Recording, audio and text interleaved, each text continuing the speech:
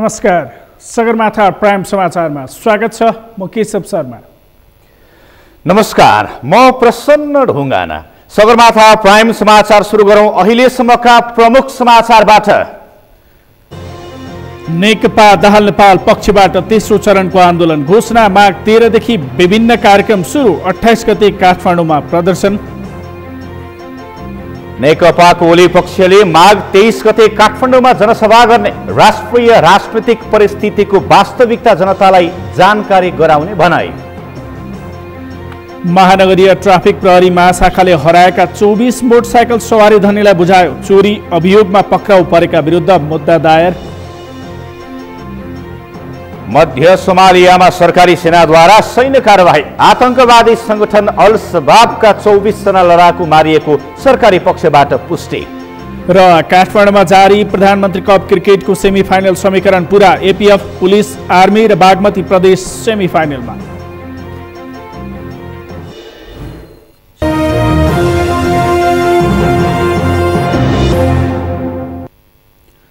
Sagarmatha prime समाचार अब विस्तारमा। नेकपाको दाहाल नेपाल समूहले तेस्रो चरणको आन्दोलनको कार्यक्रम घोषणा गरेको छ। संसद विघटन विरुद्ध यसअघि देशव्यापी विरोध प्रदर्शन गरेको दाहाल नेपाल समूहको नेकपाले फेरि सडक सङ्घर्ष गर्ने निर्णय गरेको हो। नेकपाको दाहाल नेपाल समूहले आगामी माघ 28 गते काठमाडौँमा बृहत प्रदर्शन गर्ने निर्णय गरेको छ। अमृतराज काफलेको रिपोर्ट। पहिलो र दोस्रो चरणको आन्दोलन सकाएको प्रचण्ड नेपाल समूहको नेकपाले तेस्रो चरणको आन्दोलन घोषणा गरेको हो। यसअघि दोस्रो चरणको आन्दोलन अन्तर्गत गत शुक्रबार काठमाडौँमा बृहत प्रदर्शन गरेको प्रचण्ड नेपाल समूहको नेकपाले तेस्रो चरणको आन्दोलनका कार्यक्रम घोषणा गर्दै आगामी 28 गते काठमाडौँमा फेरि प्रदर्शन गर्ने घोषणा गरेको छ। माघ 15 गते बुटोलमा बृहत जनसभा हुनेछ। 16 गते विराटनगरमा, 17 गते धनगढीमा अध्यक्ष लगायतका वरिष्ठ नेताहरूले सम्बोधन गर्ने कार्यक्रम हुन् यी तीनवटा। अनि त्यसपछि प्रदेशका राजधानीहरूमा विशिष्ट प्रकारका ठोस कार्यक्रमहरू बनाए निरन्तरता दिइनेछ। प्रदेश कमिटीले आफ्नो विशिष्टमा मूर्त गरेर कार्यक्रमहरू बनाउनु हुनेछ। अनि त्यस्तै गरेर समाजका विभिन्न तह र तबकाका सित बसेर चाहिँ केन्द्रीय स्तरमा र आफ्नो सापेक्षता प्रदेशले चाहिँ हाम्रा छलफल अन्तर्क्रिया कार्यक्रमहरू हुनेछ। माघ 22 गते काठमाडौँमा वृहत युवा र्याली हुनेछ। माघ 26 गते देशव्यापी मशाल जुलुस हुनेछ र माघ 28 गते काठमाडौँमा वृहत विरोध प्रदर्शन र सभा हुनेछ। काठमाडौँ बाहेक नेकपाको प्रचण्ड नेपाल समूहले देशका विभिन्न ठाउँमा सभा र विरोध सहितको आन्दोलनको कार्यक्रम समेत घोषणा गरेको छ। आन्दोलनका कार्यक्रम अनुसार माघ 13 गते काठमाडौँमा सिट्ठी जुलुस, 14 देखि 21 गतेसम्म माइती घर मण्डलामा संविधान सभा सदस्य, सांसद र प्रदेशसभा सदस्यहरूले धरना दिने कार्यक्रम छ। प्रचण्ड नेपाल समूहको नेकपाले माघ 15 गते बुटवलमा, 16 गते विराटनगरमा विरोध सभा गर्ने निर्णय समेत गरेको छ। 2077 माघ 13 गते सिट्ठी जुलुस, 2077 माघ 14 देखि 21 गतेसम्म माइती घर मण्डलामा संविधान सभाका सदस्य, राष्ट्रिय सभाका सदस्य र यो विघटित भन्ने जो प्रतिगमन गरिएको छ प्रतिनिधि सभाका सांसद र प्रदेश सभाका सदस्यहरूले लगातार दैनिक धरना कार्यक्रम हुनेछ। माघ 16 गते जुलुस सहित दिवसको दिन हो। 16 गते जुलुस सहित श्रद्धाञ्जली कार्यक्रम राखिएको छ। दिउँसो 1 बजे शान्ति बाटिका जम्मा भएर जुलुस सहित लोइचौर गइनेछ। निर्वाचन आयोगमा आफ्नो दल आधिकारिक रहेको भन्दै निवेदन दिएको नेकपाको प्रचण्ड नेपाल समूहले निर्वाचन आयोगले गरेको निर्णयबारे भने अहिले कुनै प्रतिक्रिया जनाएको छैन। आयोगको निर्णयबारे औपचारिक पत्र आएपछि प्रतिक्रिया जनाउने नेकपाले जनाएको छ। निर्वाचन आयोगले हिजो गरिएको भनिएको निर्णयको आधिकारिकताका बारेमा हामी त्यो पत्रको प्रतीक्षा गरिराखेका छौँ। उहाँहरूको निर्णयको आधिकारिक प्रतिको जानकारी भइसकेपछि मात्रै पार्टीले आफ्नो औपचारिक धारणा तय गर्नेछ। तर हामी के सोच्छौँ भने दलको ऐनले एउटा स्पष्ट व्यवस्था गरेको सन्दर्भमा प्रारम्भमै निर्वाचन आयोगले सही ढङ्गले निर्णय प्रक्रियामा जानु उपयुक्त हुन्थ्यो र त्यसो किन गरिएन भन्ने प्रश्न चाहिँ हाम्रो छ। तर पनि संवैधानिक अङ्गको रूपमा निर्वाचन आयोगले स्वतन्त्र र निष्पक्ष ढङ्गले कानुन सम्मत निर्णय गर्नुपर्ने भएको कारणले अन्ततः हाम्रो पार्टी नै आधिकारिक पार्टी भएको कुरामा त कुनै विवाद छैन र निर्वाचन आयोगले त्यो फैसला गर्नेछ भन्ने कुरामा पनि हामीलाई कुनै दुविधा छैन। तर अनावश्यक ढिलो गर्ने र आशंका पैदा गर्ने काम चाहिँ कुनै कोणबाट पनि नहोस् भन्ने हामी चाहन्छौँ। पुष 5 गते प्रतिनिधि सभा विघटन भएपछि नेकपा राजनैतिक रूपले विभाजन भए पनि निर्वाचन आयोगले भने नेकपा विवादलाई वैधानिकता दिन अस्वीकार गरेको छ। सगरमाथा टेलिभिजनका लागि क्यामेरामा उत्सव वाग्लेका साथमा अमृतराज काफ्ले, काठमाडौँ। नेपाल कम्युनिस्ट पार्टी नेकपा दाहाल नेपाल पक्षका अध्यक्ष माधव कुमार नेपालले आफूहरूको लडाईँ गलत विचारको विरुद्ध भएको बताउनु भएको छ। आज पार्टी केन्द्रीय कार्यालयमा प्रदेश नम्बर 2 का नेता कार्यकर्तासँग भेटघाटका क्रममा अध्यक्ष नेपालले आफूहरूको लडाईँ सही विचारका निम्ति र गलत विचारका विरुद्ध रहेको बताउनु भएको हो। पार्टीभित्र पद र कुर्सीको हानथाप भएको नभई पार्टीको विचार, विधि, पद्धति र राम्रो कार्यशैलीमा अघि बढाउनको निम्ति र गलत विचारको विरुद्ध भएको उहाँको भनाइ छ।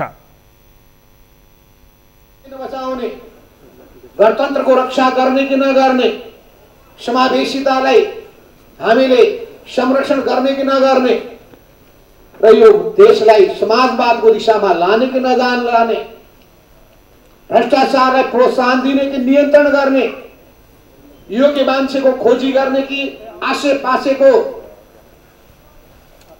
संरक्षण गर्ने, यो लडाई सही विचारको लडाई हो, सही विचारको निम्तिको लडाई हो, गलत विचार विरुद्धको लडाई हो। त्यस हुनाले तपाईहरुले अलिकता पनि खुट्टा धर्माउनु आवश्यक छ। अध्यक्ष नेपालले प्रतिनिधि सभा भङ्ग हुने आधार नभएको बताउनुभयो। प्रधानमन्त्री ओलीको चुनाव गराउने इच्छा नभएको भन्दै सङ्कटकाल लगाएर अथवा तानाशाही लादेर भए पनि सत्तामा बसिरहन चाहेको उहाँले बताउनुभयो। कार्यक्रममा वरिष्ठ नेता झलनाथ खनालले विगत 3 वर्षमा प्रधानमन्त्री ओलीले पार्टी र सरकारलाई गलत दिशातर्फ लाने दुष्प्रयास गरेको आरोप लगाउनुभयो। समाजवादी बाटो छोडेर भद्दा किसिमको पुँजीवादी उदारवाद अपनाएका कारण पार्टीमा प्रश्न उठेको उहाँको भनाइ छ।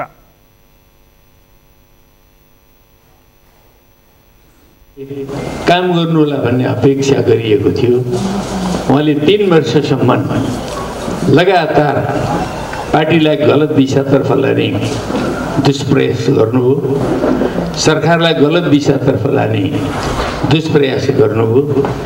समाजवादको बाटो छोडेर समाजवाद कसरी निर्माण गर्ने, नेपालमा समाजवादको मोडल के हुन सक्छ, कसरी देशलाई रूपान्तरण गर्ने भन्ने कुरालाई छोडेर भद्दा किसिमको पुँजीवादी उदारवादको बाटो उहाँले अपनाउनुभयो।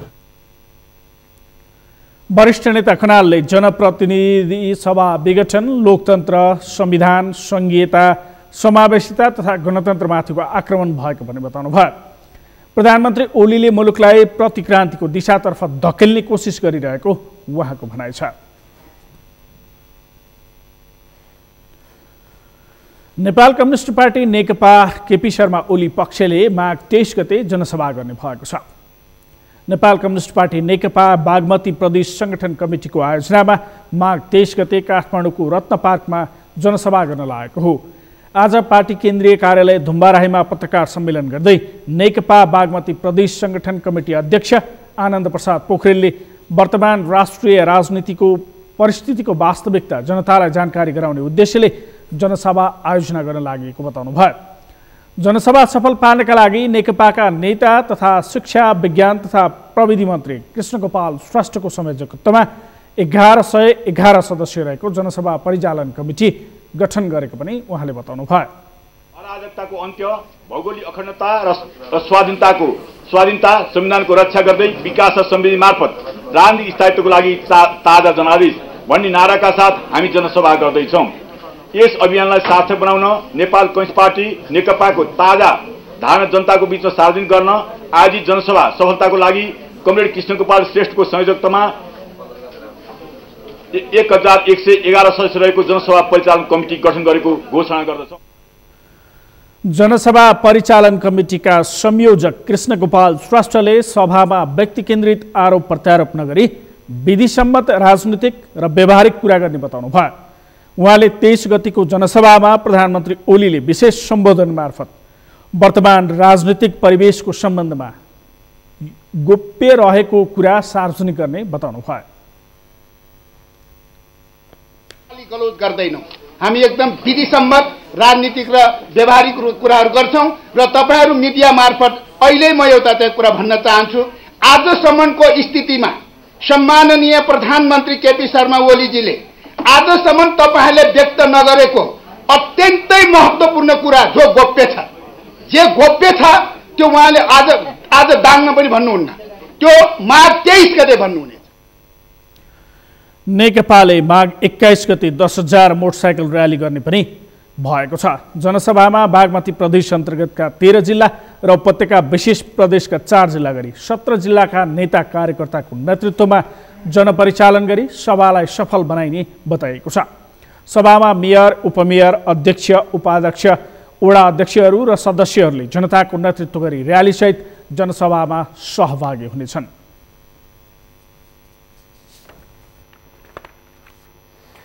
उपप्रधानमन्त्री एवं नेपाल कम्युनिस्ट पार्टी नेकपाका केपी शर्मा ओली पक्षका नेता ईश्वर पोखरेलले संविधानको रक्षा र राजनीतिक स्थायित्वको पक्षमा जनसभा आयोजना गर्न लागि बताउनु भएको छ। आज नेपाल कम्युनिस्ट पार्टी नेकपा बागमती प्रदेश संगठन कमिटीको आयोजनामा माघ 23 गते काठमाडौँमा हुने जनसभाको जानकारी दिन आयोजित पत्रकार सम्मेलनमा उपप्रधानमन्त्री पोखरेलले जनसभा राजनीतिक स्थायित्वको पक्षमा तथा अस्थिरता सृजना गर्ने प्रयत्नको विरुद्धमा आयोजना गर्न लागि बताउनुभयो।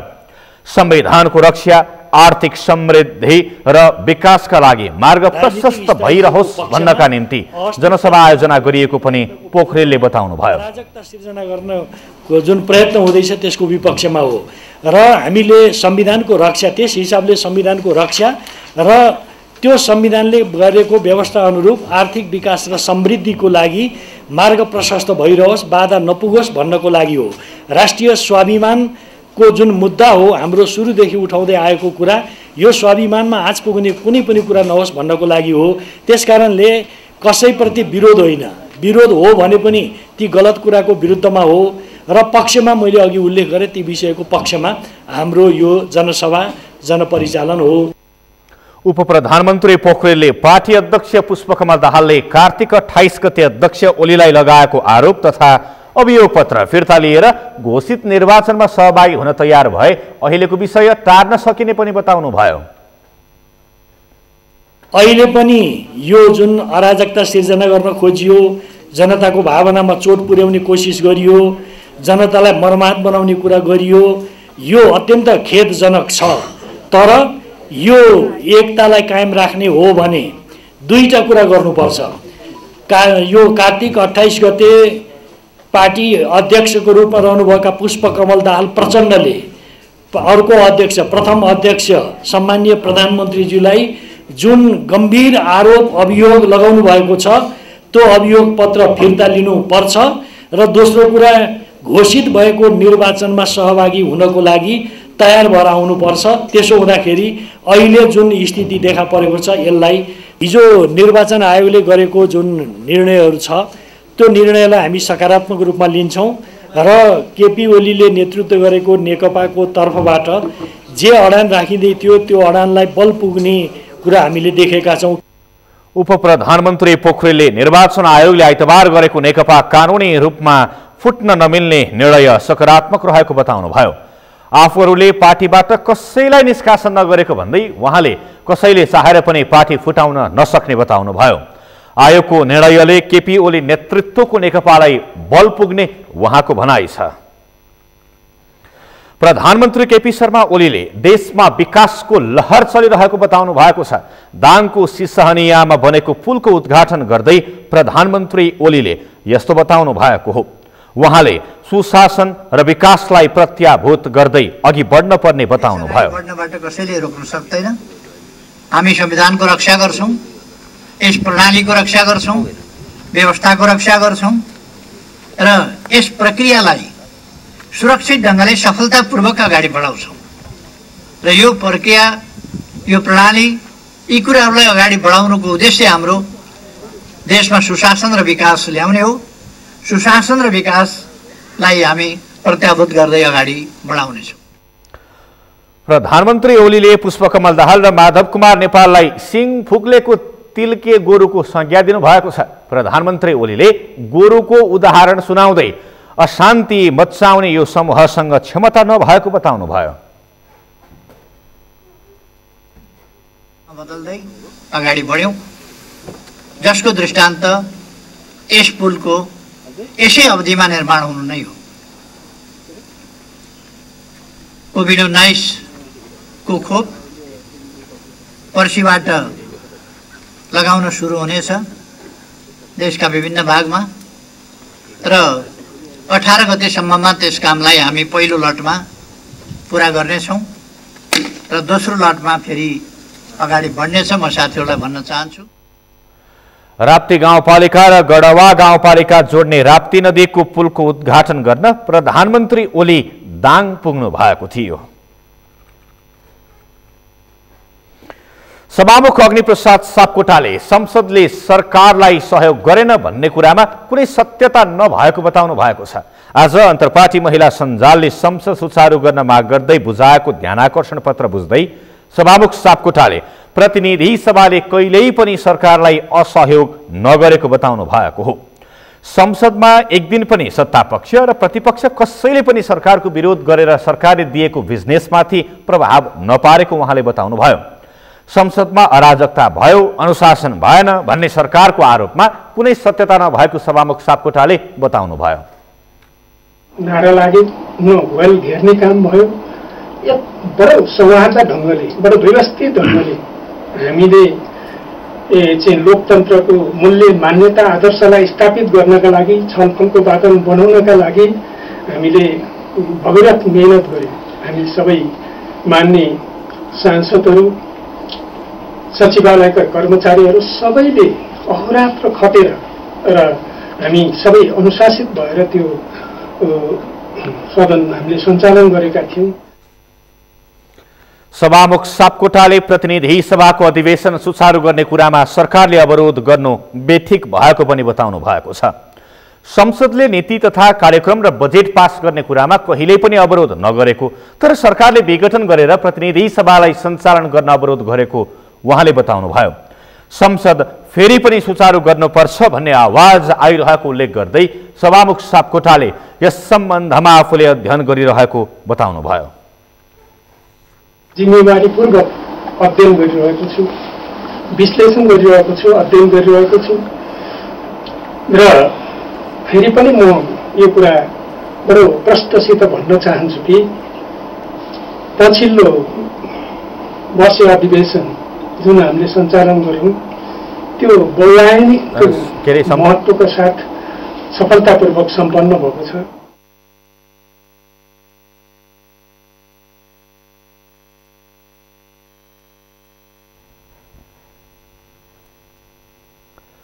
सभामुख सापकोटाले संसदले सरकारलाई जहिले पनि सहयोग गरेको कुरालाई समेटेर अदालतलाई समेत जवाफ दिएको बताउनुभयो। प्रतिनिधि सभाले सरकारलाई कहिले पनि कार्यपालिकालाई असहयोग नगरेको अवस्थामा सरकारले विघटन गरेर प्रतिनिधि सभालाई अवरोध गर्न नहुने पनि उहाँको भनाइ छ।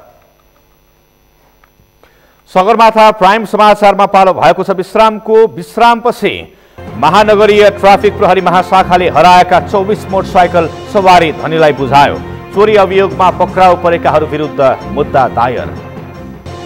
नारायणी नदीमा अवैध उत्खनन, भण्डारण र ओसार पसारको क्रम बढ्यो। स्थानीय तह एक्लैले रोक्न नसक्ने सुस्ता गाउँपालिकाका दक्षको भनाई। र मध्य सोमालियामा सरकारी सेनाद्वारा सैन्य कारबाही, आतंकवादी संगठन अल शबाबका 24 जना लडाकु मारिएको सरकारी पक्षबाट पुष्टि।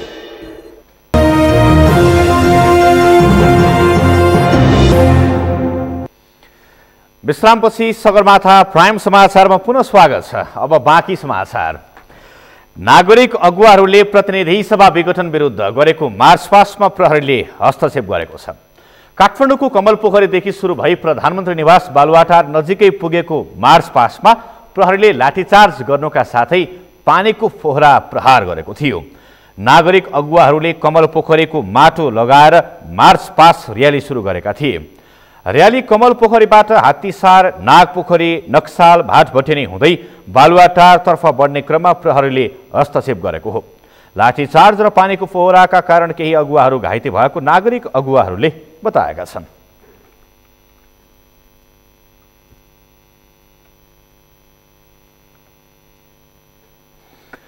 सरकारले अदालतलाई प्रभाव पार्ने दुष्प्रयास गरेको भन्दै मानवाधिकारवादीहरूले विरोध प्रदर्शन गरेका छन्। मानवाधिकार तथा शान्ति समाजले आज बालुवाटार स्थित प्रधानमन्त्री निवास अगाडि विरोध प्रदर्शन गरेको हो।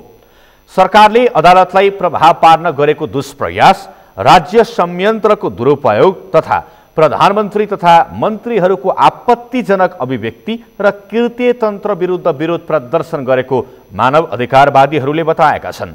प्रदर्शनमा सहभागी भएका मानवाधिकार कर्मी कृष्ण पहाडी सहितका प्रदर्शनकारीहरूलाई प्रहरीले नियन्त्रणमा लिएको छ।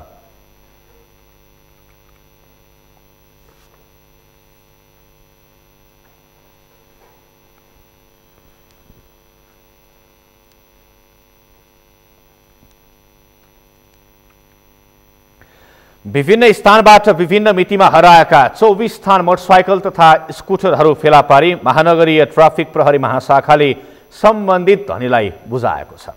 महाशाखामा आयोजित हस्तान्तरण कार्यक्रममा मोटरसाइकल र स्कुटर सम्बन्धित धनीहरूलाई जिम्मा लगाइएको हो। पुष्कर खतिवडाको रिपोर्ट। विभिन्न समयमा चोरी भएका तथा हराएका 24 स्थान मोटरसाइकल र स्कुटर महानगरीय ट्राफिक महाशाखाले फेला पारी सोमबार सम्बन्धित धनीलाई जिम्मा लगाएको छ।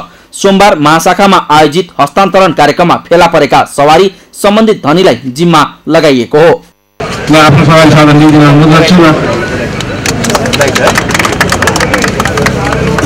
पुष महिनामा परेको 60 वटा उजुरी उपर महाशाखाले खोजी गर्दा विभिन्न समयमा हराएका 29 स्थान मोटरसाइकल तथा स्कुटर फेला पारेको थियो। फेला पारेका 29 स्थान मोटरसाइकल मध्ये 5 वटा उपर मुद्दा चलिरहेको छ। महाशाखा प्रमुख प्रहरी वरिष्ठ उपरीक्षक जनक भट्टराईले पछिल्लो समय मोटरसाइकल चोरीका घटनामा पीडित सहायता इकाइबाट सादा पोसाकमा ट्राफिक प्रहरीको विशेष अपरेसन टोली परिचालन गरी चोरी भएका तथा हराएका मोटरसाइकलको खोजीमा सक्रियता बढाएको बताएका छन्। अहिले हामी गएर अस्ति साउन भदौ असारको कुरोसँग दाजु भन्दा मिल्दैन हैन। मैले चाहिँ एलआईसी गर्दा पनि चोरीभन्दा अगाडिको घटना र अहिलेको घटना के छ भनेर त्यसरी एलआईसी गरिरहेको छु र त्यो सन्दर्भमा पनि अब चोरीभन्दा अगाडि जसरी हराइरहेको थियो मोटरसाइकल त्योभन्दा चाहिँ त्यसरी एक्सिड गरेर गइसकेको छैन। अब साउन भदौतिरको कुरा गर्ने भने साउन भदौतिर त मोटरसाइकल नै हराएन पनि होला सायद, त्यतिको अवस्था पनि त्यस्तै थियो। तर साउन भदौदेखि क्रमशः चाहिँ गाडी चाहिँ बढ्दै गइरहेको अवस्था र सँगसँगै चाहिँ बजार पनि खुल्ला हुँदै गइरहेको अनुसार मोटरसाइकल चोरी पनि बढिरहेको छ। तर त्यसले चाहिँ पहिलेको चाहिँ कोभिडभन्दा अगाडिको रेकर्ड चाहिँ एक्सिड गरेको छैन। यद्यपि मोटरसाइकल हराइरहेका छन् र हराएका मोटरसाइकलहरूलाई खोज्ने चाहिँ हामीसँग एउटा अभियानै छ। सवारी साधन हराएपछि विभिन्न व्यक्तिहरूले हराएको बेहोरा उल्लेख गर्दै प्रहरीमा निवेदन दिएका थिए। सोही निवेदनको आधारमा मोटरसाइकल तथा स्कुटर भेटिएपछि सम्बन्धित सवारी धनीहरूले महाशाखालाई धन्यवाद दिँदै खुसी व्यक्त गरेका छन्। सम्पत्ति भेट्दा अब खुसी अब जस्तै होइन, अब लोभ त लाग्छै लाग्छ होइन। अनि अति खुसी छु नि उहाँहरूलाई धेरै धेरै पुलिस अधिकारीहरूलाई म धेरै धेरै धन्यवाद दिन चाहन्छु नि। 3 महिना भयो चलाउनु छैन, धेरै भाइहरू कलेज जाने आउने मात्रै गर्छन् अनि अहिले हराएर भेट्यो, खुसी लाग्यो। परिवारसँग धेरै खुसी लाग्यो। कानुन के अरे रहेछन् नेपालमा पनि भन्ने लाग्यो। महानगरीय ट्राफिक प्रहरी महाशाखा प्रमुख भट्टराई मोटरसाइकल हराउनु र चोरी हुनुमा सवारी धनीको पनि हेलचेक्राइ हुने गरेकोमा सावधानी अपनाउन आग्रह गर्छन्। चोरीका मोटरसाइकल प्रहरीको सक्रियता कम हुने स्थानमा लगी बिक्री गर्नाले पक्राउ गर्न कठिन हुने उनी बताउँछन्। म आएको 2 महिनामा 100 कति 39 कति पुगेछ मोटरसाइकल। त्यति मोटरसाइकल मात्र होइन, हामीले करिब चाहिँ 25-30 जना चाहिँ चोर पनि पक्राएका छौँ। फेरि चोर पनि पक्राएर कानुनीको दायरामा ल्याएर मुद्दा पनि चलाएर सम्बन्धित निकायहरूमा चाहिँ पठाएर त्यहाँबाट मुद्दा पनि चलाइरहेको अवस्थाहरू चाहिँ छ। अब हराएका मोटरसाइकल अहिलेसम्मको हाम्रो चाहिँ अनुभवले चाहिँ के भन्छ भने हराएका मोटरसाइकलहरू जेनरली सकेसम्म चाहिँ मान्छेले काठमाडौँ गाडी ल्याउने जो प्रोफेसनल चोर छ, जसले चाहिँ प्रोफेसनल छैन त्यसले चाहिँ काठमाडौँ घुमाउने, जो प्रोफेसनल छ त्यसले काठमाडौँभन्दा बाहिर निकाल्न खोज्ने। अब हामी कहाँ अहिले विभिन्न नाकाहरू छन्, प्रहरी बस्ने नबस्ने विभिन्न नाकाहरू छन्। ती ठाउँबाट चाहिँ मोटरसाइकललाई यहाँबाट काठमाडौँभन्दा बाहिर निकाल्ने, भेली बाहिर निकालिसकेपछि त्यस्तो एरियाहरूमा जहाँ प्रहरीको उपस्थिति कमी छ त्यस्ता एरियाहरूमा चाहिँ सञ्चालन गर्ने त्योसम्म चाहिँ फेला पारेको छौँ हामीले। अनि त्यही भएर मैले अघि भने नि हाम्रो चाहिँ मोटरसाइकल हराउँछ काठमाडौँमा, मोटरसाइकल काठमाडौँ खोजेर भेटिँदैन। अब कहाँ जानुपर्छ भने बाहिर काठमाडौँभन्दा बाहिरको एरियामा खोज्न जानुपर्छ। त्यसैको दायरा बढाउँदै चाहिँ हामीले ल्याएका छौँ र जेनरली चाहिँ मोटरसाइकल चाहिँ काठमाडौँभन्दा बाहिर नै ट्राफिक प्रहरी र प्रहरीको उपस्थिति कम भएको एरियातिर चाहिँ नै तिनै मोटरसाइकललाई लगेर चाहिँ नै सञ्चालन गर्ने देखिएको छ। महाशाखाले आर्थिक वर्ष 2077-78 सुरु भए यता 149 थान मोटरसाइकल अनुसन्धानमा ल्याएको छ भने चोरीमा संलग्न 35 जना उप पक्राउ गरी मुद्दा चलाइसकेको छ, जसमा पछिल्लो 2 महिनामा मात्र फेला परेका 139 थान मोटरसाइकल महाशाखाले विभिन्न समयमा सोमबार सहित 5औं पटक हस्तान्तरण गरेको थियो। सगरमाथा टेलिभिजनका लागि क्यामेरामा सुरेन्द्र राउतका साथमा पुष्कर खतिवडा, काठमाडौँ। कोरोना संक्रमणका कारण पछिल्लो 24 घण्टामा 10 जनाको मृत्यु भएको छ। स्वास्थ्य तथा जनसङ्ख्या मन्त्रालयले जनाए अनुसार कोरोना संक्रमणका कारण पछिल्लो 24 घण्टामा मृत्यु हुनेको सङ्ख्या 10 पुगेको हो। यो सँगै हालसम्म मृत्यु हुनेको कुल सङ्ख्या 2011 पुगेको छ। त्यसैगरी पछिल्लो 24 घण्टामा 339 जनामा कोरोना संक्रमण पुष्टि भएको छ। हालसम्म संक्रमितहरूको कुल सङ्ख्या 2,69,789 पुगेको छ। देशैभरि सक्रिय संक्रमितको सङ्ख्या 3,240 पुगेको छ। पछिल्लो 24 घण्टामा 401 जना कोरोना संक्रमणबाट मुक्त भएका छन्। हालसम्म निको हुनेको सङ्ख्या 2,64,538 पुगेको छ। त्यसैगरी पछिल्लो 24 घण्टामा 4,858 जनाको PCR परीक्षण भएको छ, जसअनुसार हालसम्म 20,48,113 जनाको PCR परीक्षण सम्पन्न भएको छ। हालसम्म 3,240 जना आइसोलेसनमा रहेका छन् भने 132 जना क्वारेन्टिनमा रहेका छन्। गाउँमै डाक्टरको सुविधा पाएपछि म्याग्दीको अन्नपूर्ण गाउँपालिकाका बासिन्दालाई राहत मिलेको छ। चिकित्सकले घर दैलोमै पुगेर नागरिकलाई स्वास्थ्य सेवा दिन थालेपछि स्थानीयहरू हर्षित भएका छन्। म्याग्दीबाट सन्तोष गौतमको रिपोर्ट।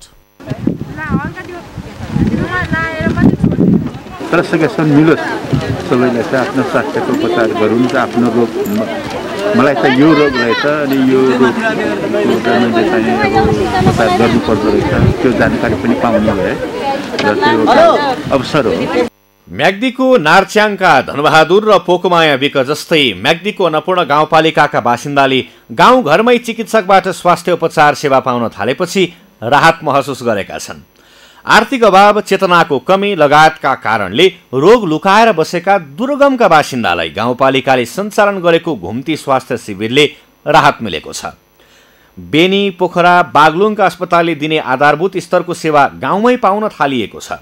गाउँपालिकाले नार्च्याङमा स्थापना गरेको कोरोना अस्थायी अस्पतालका चिकित्सक र स्वास्थ्यकर्मी परिचालन गरेर नागरिकलाई घर दैलोमै स्वास्थ्य सेवा दिन थालिएको हो।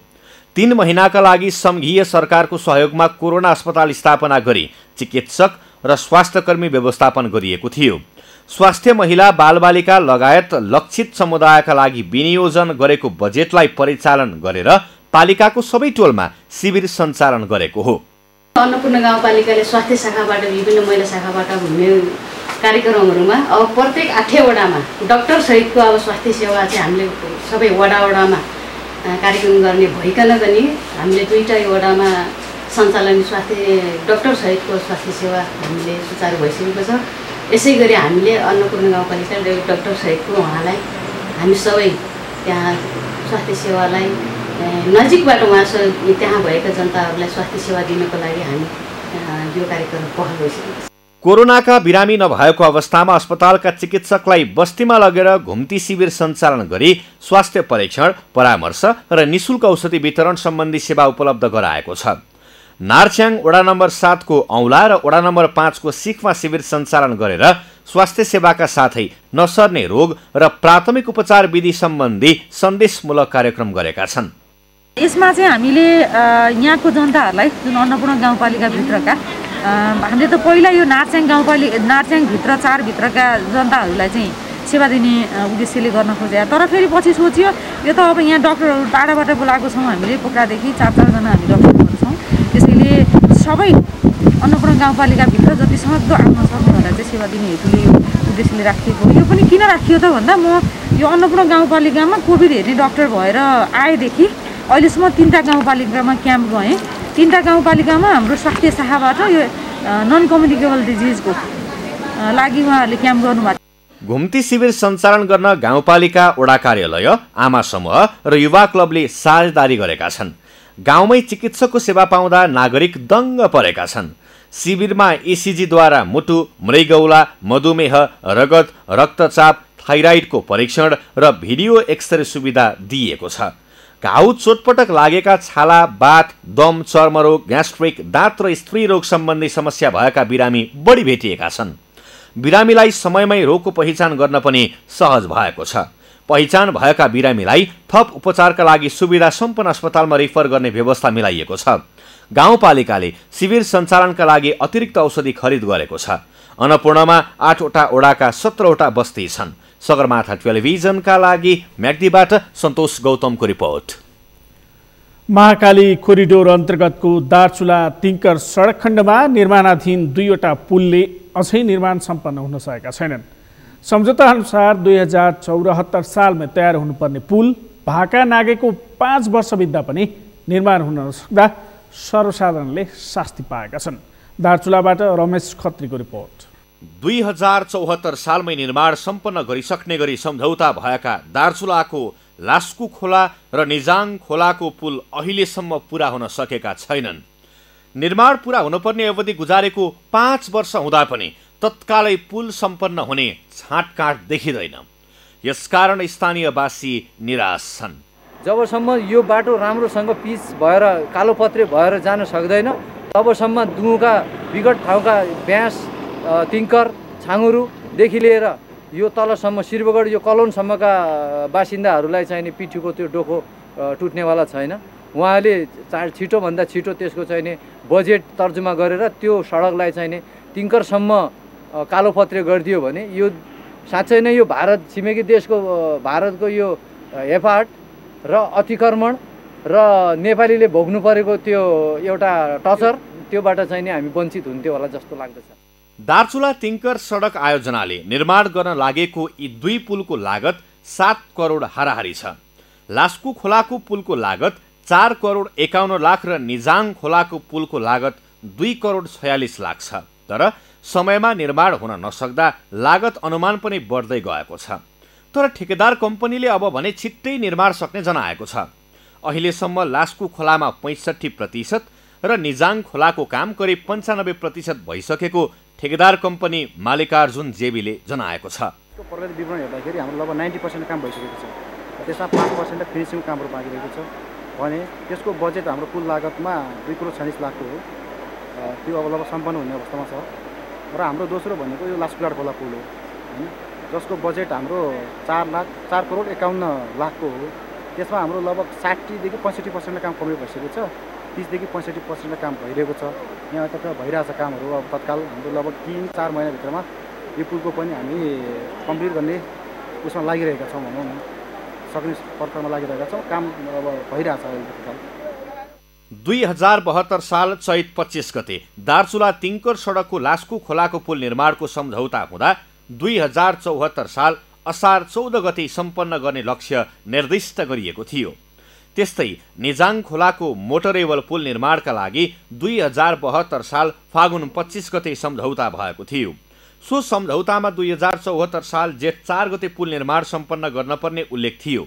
समयमै काम नसकिए पनि ठेकेदार कम्पनीलाई बारम्बारको दबावपछि अब भने पुल निर्माण सम्पन्न हुने चरणमा पुगेको सडक आयोजनाले जनाएको छ। यो लास्कु घाट पुल एउटा हैन, यो चाहिँ निजाङ घाट पुल, यो दुईटै चाहिँ हाम्रो चाहिँ सम्पन्न गर्ने चाहिँ हामी लक्ष्य राखेका छौँ हैन। त्यो अनुसार चाहिँ हाम्रो यो लगभग अब कम्प्लिटै भइसकेको छ। यहाँ अब पेमेन्टको रिमिक्स गर्नुपर्ने छ र पेन्टिङ चाहिँ मेन त्यति भएपछि त्यो त समापन हुँदै हाल्ने भयो। विकास निर्माणका काममा ठेकेदारले लापरवाही गर्ने आरोपलाई दार्चुलाको यी पुल निर्माणमा भएको ढिलाइले पनि पुष्टि गरेको छ। यसर्थ विकासे कामलाई ढिलाइ गर्नेहरूलाई अब कडाभन्दा कडा कारबाही गर्न जरुरी छ। सगरमाथा टेलिभिजनका लागि दार्चुलाबाट रमेश खत्रीको रिपोर्ट। बाराको निजगढ नगरपालिका 13 डमरपुरमा ट्र्याक्टरको ठक्करबाट एक वृद्धको मृत्यु भएको छ। मृत्यु हुनेमा मकवानपुर बकैया गाउँपालिका 6 का 67 वर्षीय रामसिंह थिङ रहेको इलाका प्रहरी कार्यालय निजगढले जनाएको छ। आज बिहान छोरीको घर डमरपुर आउने क्रममा शक्ति खोला बगरमा करिब 8 बजे ना 5719 नम्बरको ट्र्याक्टरको ठक्करबाट गम्भीर घाइते भएका वृद्धको उपचारका लागि हेटौडा लैजाँदै गर्दा बाटोमा मृत्यु भएको थियो। ठक्कर दिएर गम्भीर घाइते अवस्थामा रहेका वृद्धलाई आफूलाई ट्र्याक्टरले ठक्कर दिएको आफन्तलाई बताएसँगै प्रहरीले खोज तलास गर्ने क्रममा ठक्कर दिने ट्र्याक्टरको पहिचान भएको थियो। सगरमाथा प्राइम समाचारमा पालो भएको छ विश्रामको। विश्रामपछि मध्य सोमालियामा सरकारी सेनाद्वारा सैन्य कारबाही, आतंकवादी संगठन अल शबाबका 24 जना लडाकु मारिएको पुष्टि र काठमाडौँमा जारी प्रधानमन्त्री कप क्रिकेटको सेमिफाइनल समीकरण पूरा। एपीएफ, पुलिस, आर्मी र बागमती प्रदेश सेमिफाइनलमा।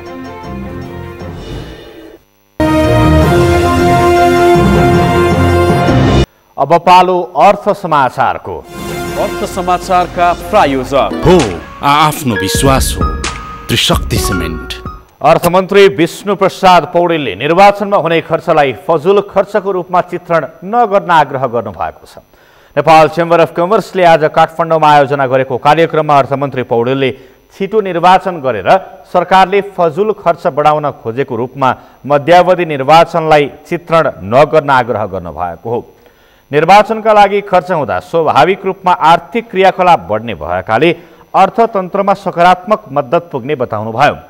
निर्वाचन प्रयोजनका लागि खटाइने कर्मचारीहरूलाई हुने भुक्तानी र अन्य खर्चले बजारलाई चलायमान बनाई सहयोग गर्ने अर्थमन्त्री पौडेलको भनाइ छ। मध्यावधि निर्वाचनमा जाँदैछौँ। वैशाख 17 र 27 गते निर्वाचन हुँदैछ र मलाई के लाग्दछ भने निर्वाचनमा हुने खर्चलाई यो कतिपयले फजुल खर्चको रूपमा पनि चित्रण गरेका छन्। म त्यसो ठान्दिनँ। निर्वाचन परिचालनका निम्ति खर्च हुँदाखेरि स्वाभाविक रूपमा आर्थिक क्रियाकलापमा पनि एक प्रकारको चाहिँ त्यसले मद्दत नै पुर्याउनेछ। केही मानिसहरू चाहे तिनीहरू भनौँ न यो चाहिँ निर्वाचन प्रयोजनका निमित्त यो चाहिँ के भन्छ के खटाउँछ, न्यायाधीश प्रहरीहरू खटाउँछ। हामी संविधानको प्रभावकारी कार्यान्वयन मार्फत राजनीतिक स्थायित्व कायम गर्दै समृद्धि र विकासतर्फ मुलुकलाई लैजाने बाटोमा सरकार रहेको पनि अर्थमन्त्री पौडेलको भनाइ छ।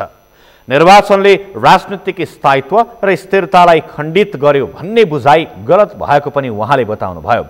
5 वर्षमा हुनुपर्ने निर्वाचन छिटो वा ढिलो हुँदा राजनीतिक स्थायित्वलाई प्रतिकूल प्रभाव पर्यो भन्ने अर्थमा बुझ्न नहुने उहाँले बताउनुभयो। यो सँगै हामी सगरमाथा प्राइम समाचारको अन्त्यमा छौँ। अन्त्यमा प्रमुख समाचार फेरि एकपटक। नेकपा दाहाल नेपाल पक्षबाट तेस्रो चरणको आन्दोलन घोषणा। माघ 13 गते विभिन्न कार्यक्रम सुरु। 28 गते काठमाडौँमा प्रदर्शन। नेकपाको ओली पक्षले माघ 23 गते काठमाडौँमा जनसभा गर्ने। राष्ट्रिय राजनीतिक परिस्थितिको वास्तविकता जनतालाई जानकारी गराउने भनाई। महानगरीय ट्राफिक प्रहरी महाशाखाले हराएका 24 मोटरसाइकल सवारी धनीलाई बुझायो। चोरी अभियोगमा पक्राउ परेका विरुद्ध मुद्दा दायर। मध्य सोमालियामा सरकारी सेनाद्वारा सैन्य कारबाही, आतंकवादी संगठन अल शबाबका 24 जना लडाकु मारिएको सरकारी पुष्टि। र काठमाडौँमा जारी प्रधानमन्त्री कप क्रिकेटको सेमिफाइनल समीकरण पूरा। एपीएफ, पुलिस, आर्मी र बागमती प्रदेश सेमिफाइनलमा। हौस् त सगरमाथा प्राइम समाचार अहिलेलाई सकियो। तपाईँ समाचार बुलेटिनका साथै सगरमाथा टेलिभिजनका सम्पूर्ण कार्यक्रम www.sagarmatha.tv मा पनि पढ्न र हेर्न सक्नुहुनेछ। साथै युट्युबमा youtube.com/sagarmatha TV नेपालमा हेर्न सक्नुहुनेछ। तपाईँ हामीलाई फेसबुकमा पनि facebook.com/YesTV नेपालमा फलो गर्न सक्नुहुनेछ। समाचारको शिखर, नेपालको गौरव, नेपालको पहिलो न्युज च्यानल सगरमाथा टेलिभिजन हेर्दै गर्नुहोला। नमस्कार। नमस्कार।